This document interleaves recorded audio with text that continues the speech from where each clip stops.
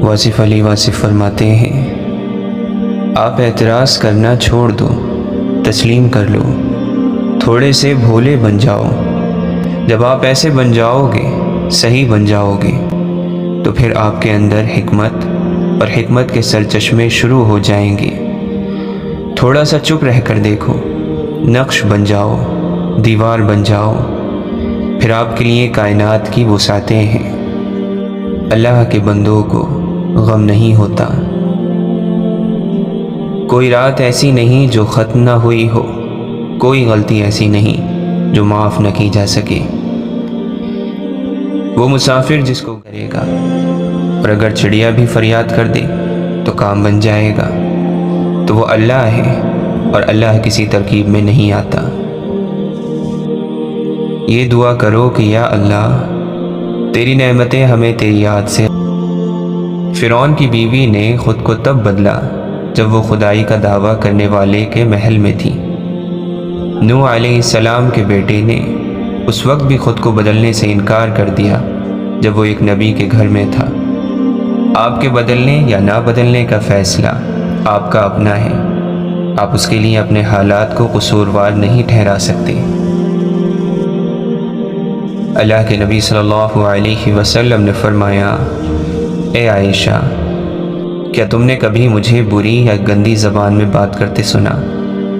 یاد رکھو، قیامت کے دن وہ لوگ اللہ کی نظر میں سب سے برے ہوں گے جنہیں لوگ علیحدہ کر دیں، ان سے کنارہ کر لیں، تاکہ ان کی فحش زبان یا گناہ سے اپنے آپ کو محفوظ رکھیں۔ اگر تمہیں کوئی نقصان پہنچ جائے تو یہ نہ کہو، اگر میں ایسا کر لیتا تو ایسا ہو جاتا۔ البتہ یہ کہو کہ اللہ تعالیٰ کی تقدیر ہی یوں ہی تھی، اور انہوں نے جو چاہا کیا، کیونکہ اگر کا لفظ شیطان کے کام کا دروازہ کھول دیتا ہے۔ مولانا رومی فرماتے ہیں، عقل جیسی شریف چیز پر کمینے نفس کا غلبہ اس لیے ہو جاتا ہے کہ تو عقل سے بیگانہ ہو گیا ہے، اور تو نے اپنے اندر نفس کو بسا لیا ہے۔ اب نفس کا جانور اپنے گھر میں رہ کر شیر ہو گیا ہے، اور عقل بیچاری ماری ماری پھر رہی ہے۔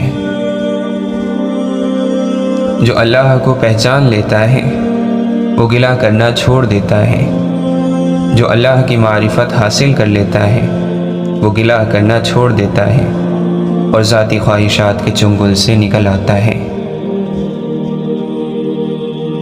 واصف علی واصف فرماتے ہیں، تم تو بڑے نڈر تھے، تم ماں باپ سے بھی نہیں ڈرتے تھے، تم کسی ناگہانی آفت سے کبھی خوف زدہ نہیں تھے، تم بڑے حوصلے والے تھے، مگر آج تم اپنے سائے سے ڈر رہے ہو، تم اپنی اولاد سے خوف زدہ ہو، تمہاری اولاد نے تمہیں کسی تکلیف سے گزارا ہے۔ بے خوف دل میں خوف کا پیدا ہونا عجیب ہے، یہ بڑا انتشار ہے۔ بزرگوں سے کی گئی گستاخیوں کی سزا گستاخ بچوں کی شکل میں ملتی ہے۔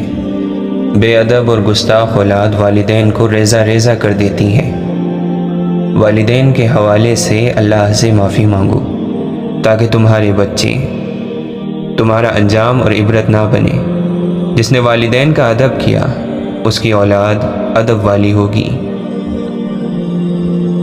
کچھ لوگ خوف کی نماز پڑھتے ہیں جس میں اللہ کا خوف، دوزخ کا خوف اور دنیا کا خوف شامل ہے۔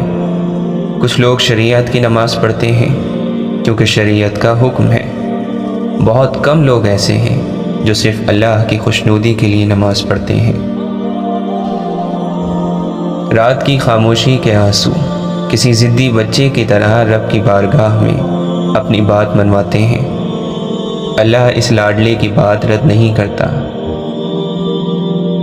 محبت اور اخلاق سے تبدیلی آتی ہے، نفرت اور بحث سے کوئی نہیں بدلتا۔ لوگوں کے عیبوں کا تذکرہ چھوڑ دو، اللہ تمہارے عیب کی پردہ پوشی کرے گا۔ دلوں کو صاف کرو، معافی مانگنے میں پہل کرو، معاف کرنے میں پہل کرو، اللہ دنیا کو ہی تمہارے لیے جنت بنا دے گا۔ یہ دعا کیا کرو، اے اللہ مجھے ایسا بنا دے کہ اپنے سارے دل کے ساتھ تجھ سے محبت کروں اور اپنی ساری کوشش تجھے راضی کرنے میں لگا دوں۔ آپ تنہائی میں دروازہ بند کر کے بیٹھیں اور اللہ سے کہیں کہ یا اللہ، پتہ نہیں مجھے کیا ہو گیا تھا، مجھ سے یہ غلطی گناہ ہو گیا تھا اور میں اس پر شرمندہ ہوں اور آپ سے معافی چاہتا ہوں۔ اشفاق احمد فرماتے ہیں، دنیا کا نازک ترین دھنیا کا پودا پوری دھرتی پھاڑ کے باہر نکل آتا ہے۔ آپ جانتے ہیں کہ اس ننھے سے بیج اور اس کے پودے میں کتنی معمولی طاقت ہوتی ہے، لیکن وہ گھٹن کے لمحے گزار کر زمین کا سینہ چیرنے میں بالآخر کامیاب ہو ہی جاتا ہے، اور بوجھ برداشت کرنے کے بعد اس میں اتنی طاقت آ جاتی ہے کہ وہ زمین کو پھاڑ کر باہر آ جاتا ہے۔